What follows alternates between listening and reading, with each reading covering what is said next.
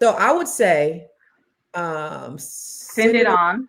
Send, Hmm. really, that's yours too. I mean, come on.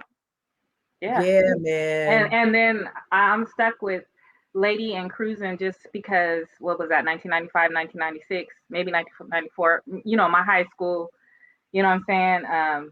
But redoing Cruising, like everyone, that's one for the culture that people might be like, don't remake that, but he did it beautifully.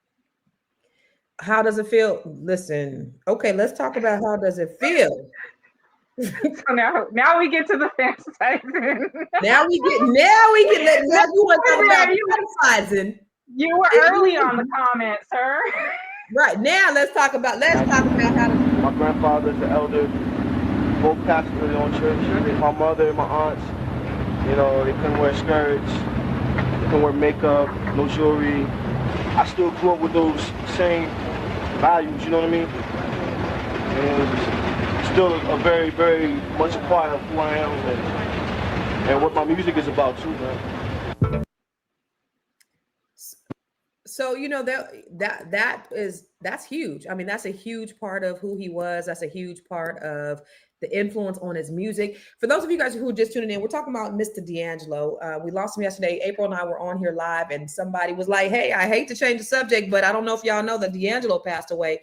And he was at the Roots He was supposed to be at the Roots picnic on over the summertime, and suddenly he backed out. And so we're like, "What the hell's going on?" And that was the only reason why I contemplated going to the Roots picnic. I went to the Roots picnic a couple of years ago. It was cool, however, it was just I paid a lot of money. I think I paid about $2,000 for two tickets for me and my daughter to be in the VIP. Now, Philly chicks, if anybody's from Philly, y'all might know y'all a little bit different, right? So first of all, they oversold the VIP. It's too many motherfuckers in the VIP. It's so many people in there, and Not everybody is VIP, but go ahead, proceed. right, so it's so many people in there, and everybody don't act VIP.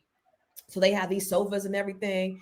And then you got this lady laying down on one of the couches talking about she's saving it for her friends.